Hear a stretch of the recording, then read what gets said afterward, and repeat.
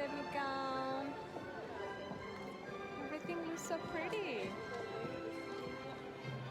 Yes. So excited. Congratulations.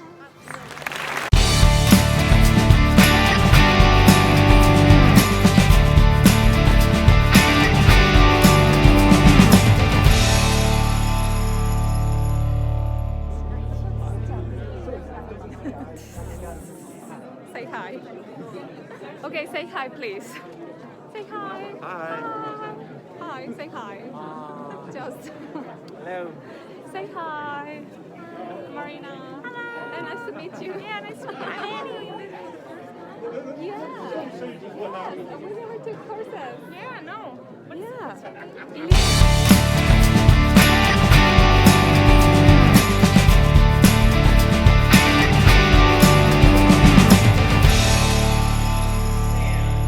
And rise with the playing of the national anthems of Japan and the United States.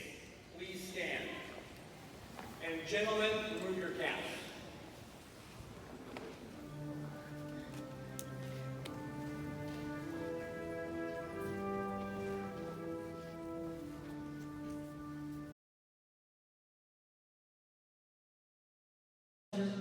By your effort and determination, both of which are within your control.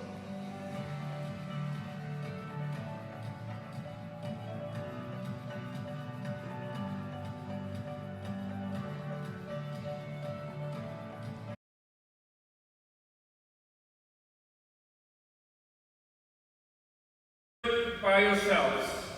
You have professors, faculty members, and staff guiding you along the way. You have parents, family, friends, and the local community around the university supporting you all the way.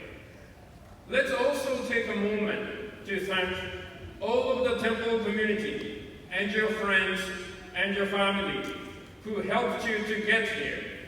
So give them another round of applause. I'd like to pat the backs of the non-native English-speaking graduates because I was just like you some years ago. I went to a university in the United States with a SAT English score of 380 out of 800. So in the first class of freshman seminar, where American students kept talking and talking, I just sat there listening.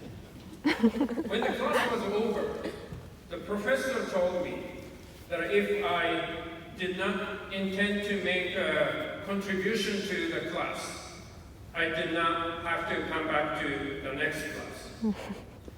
I was shocked and tried to explain that I was from Japan, did not speak English well.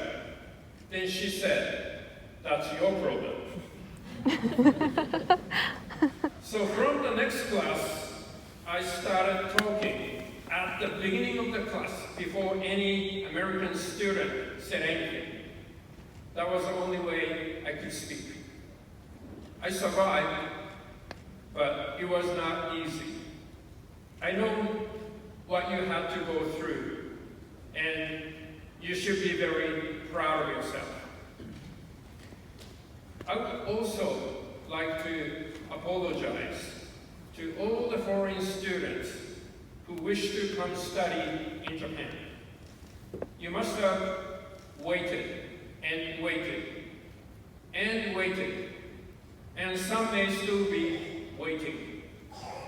The COVID virus may be nasty, but I don't think the virus is smart enough to know the nationality of people it is infecting. If a Japanese person can come back to this country from abroad, any others should be allowed to enter with the same procedures as well.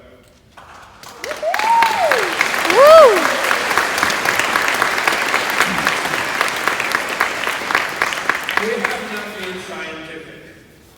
We are very sorry for those who have lost their opportunity to study in this country.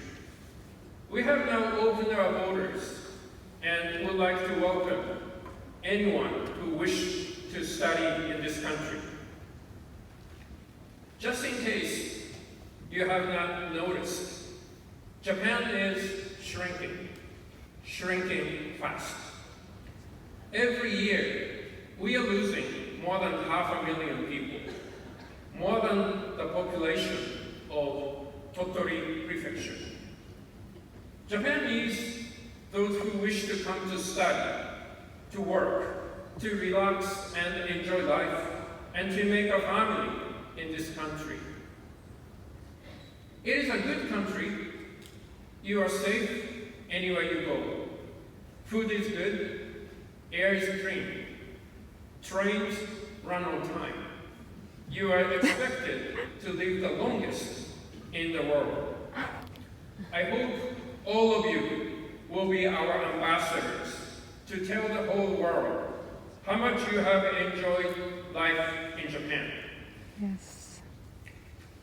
Your school, Temple University Japan Campus, or TUJ, is the oldest foreign university in Japan, established in 1982.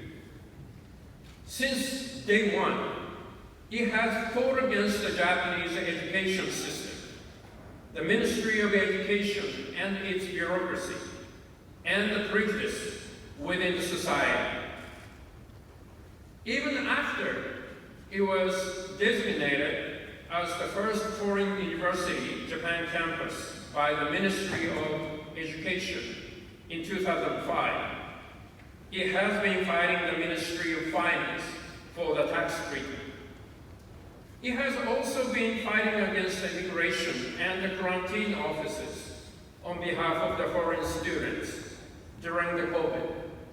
I am very grateful for the courage of the Temple leadership during these times. The success of TUJ and the quality of students it has produced have paved the way for the other foreign schools and the universities to enter Japan. Class of 22, you must have the Temple spirit to fight against the unreasonable. We emphasize the importance and the need for critical thinking.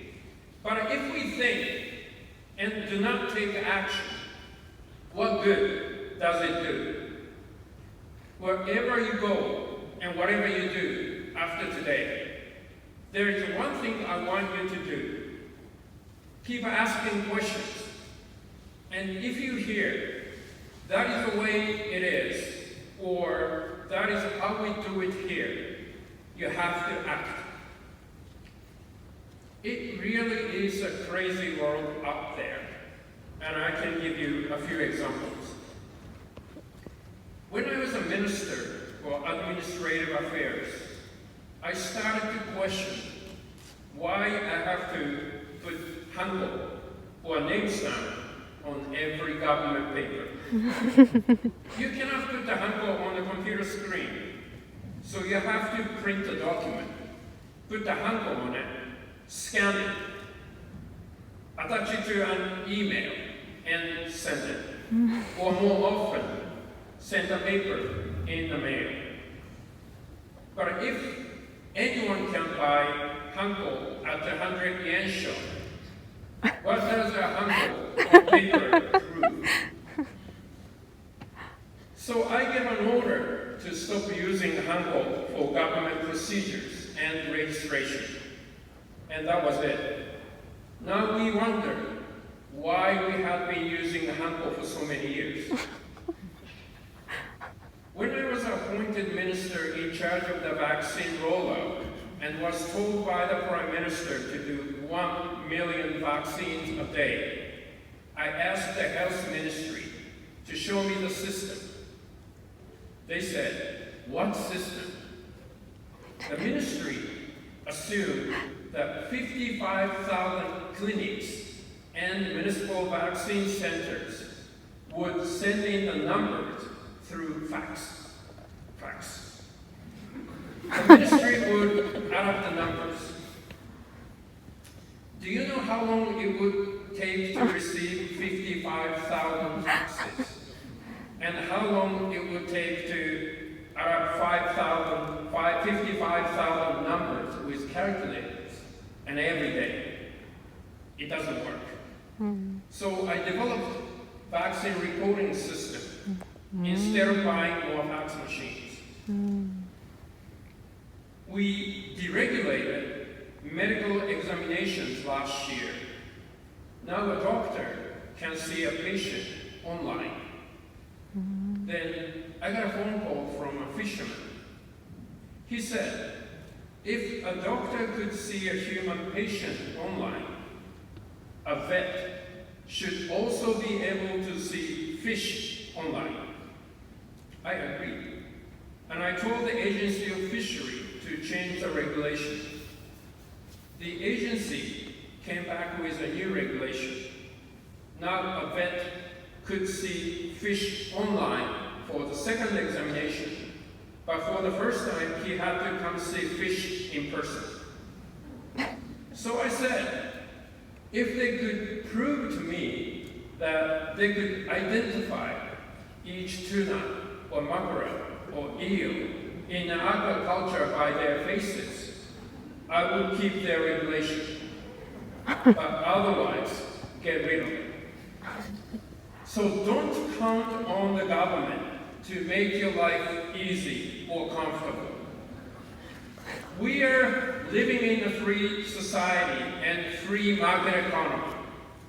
We must remember, it is almost always the private sector that moves the world forward. The government does not grow the economy. If a government can grow the economy, the Soviet Union would not have disappeared from history, and the red flag would fly over the White House.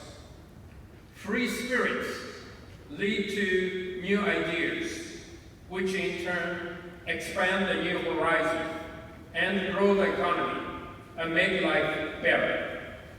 So when you leave here and go into the real world, I want you to smash the glass walls you run into to make everyone's life easier and happier. You always remember that you graduated in the year of Ukraine after 2 years of suffering from the COVID. I guess you never expected either when you came to Temple. There will surely be more unexpected challenges of all kinds in your future. There will be threats to democracy and freedom coming from dictatorship. Climate crisis and pandemics will continue to threaten our lives. Inflation and the budget crisis may be around the corner. Energy and food shortage may be approaching. And there will be some unthinkables as well. We must be prepared to take on all the challenges. If we ignore them or pretend that they do not exist, they will simply get bigger and get out of our hands. There will be no Plan B because there is no Planet B or Plan B. So we must find a solution to every single challenge. We need all of you for that, and you will eventually have to carry the torch from us. But this temple community will always stay with you. You have friends, mentors, role models, whom you can always turn to for help and ask for advice. So stay in touch with them. Class of 22, now reflect on your 4 years at Temple. Think of all the exams, homeworks, reading assignments, Friday nights, events, drinks, games, dates. This evening is yours, and tomorrow you get out of there. Take on the whole world. You are ready. Have a wonderful evening. Thank you.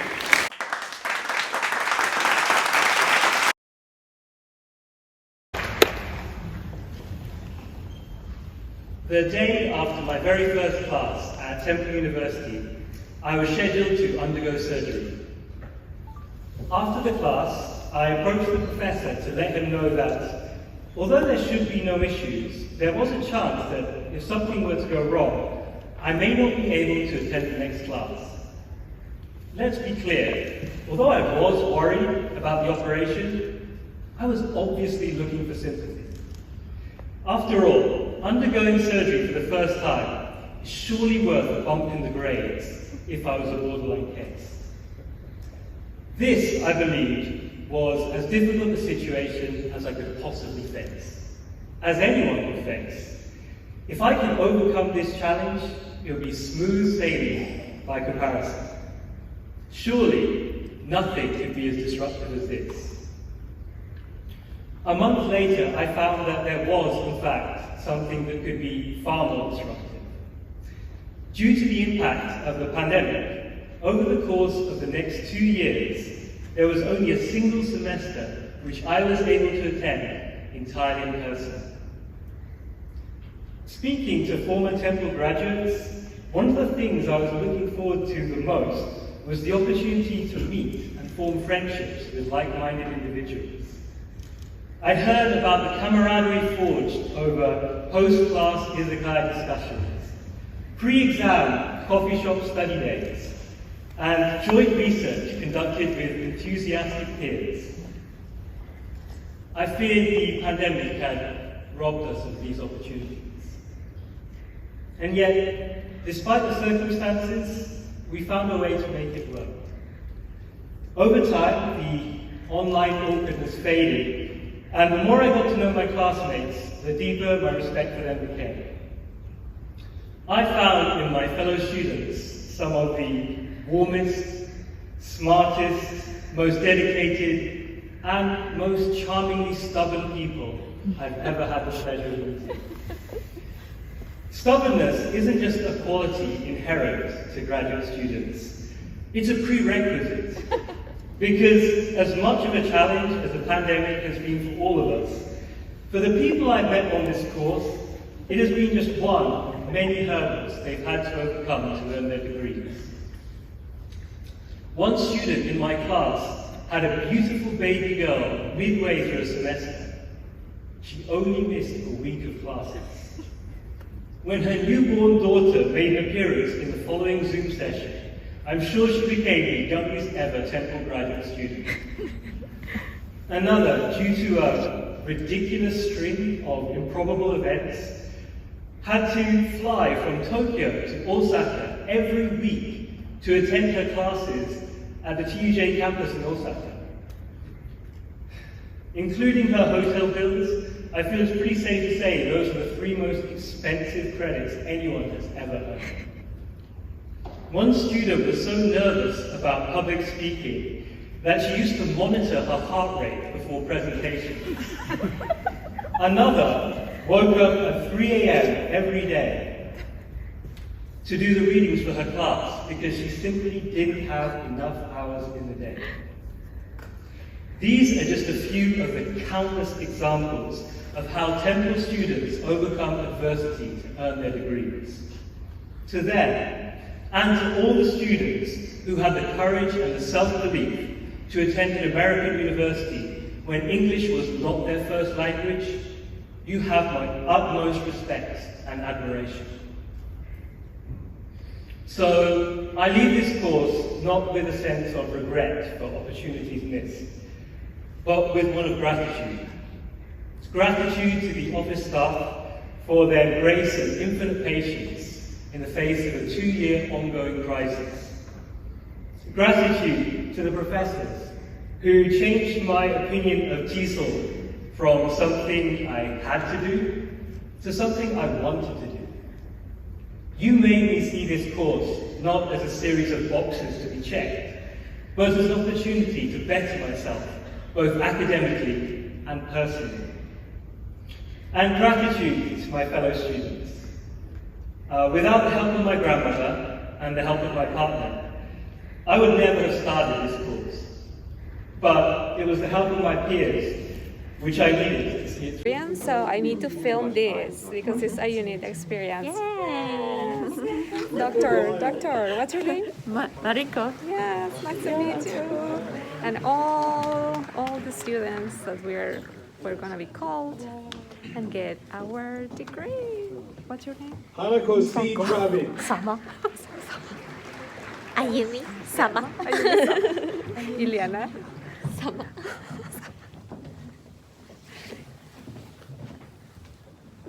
Natalie Teja Sukmana. Thank you. I'm just so worried that the person can read my name appropriately. I hope so. Otherwise, it's Matthew K. Ileana-Bustamante. Pasanante. Oh, Bustamante. Wow. Yes. Oh.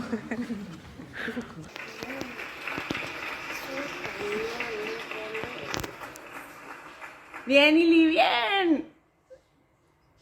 ¡Felicidades! ¡Woo!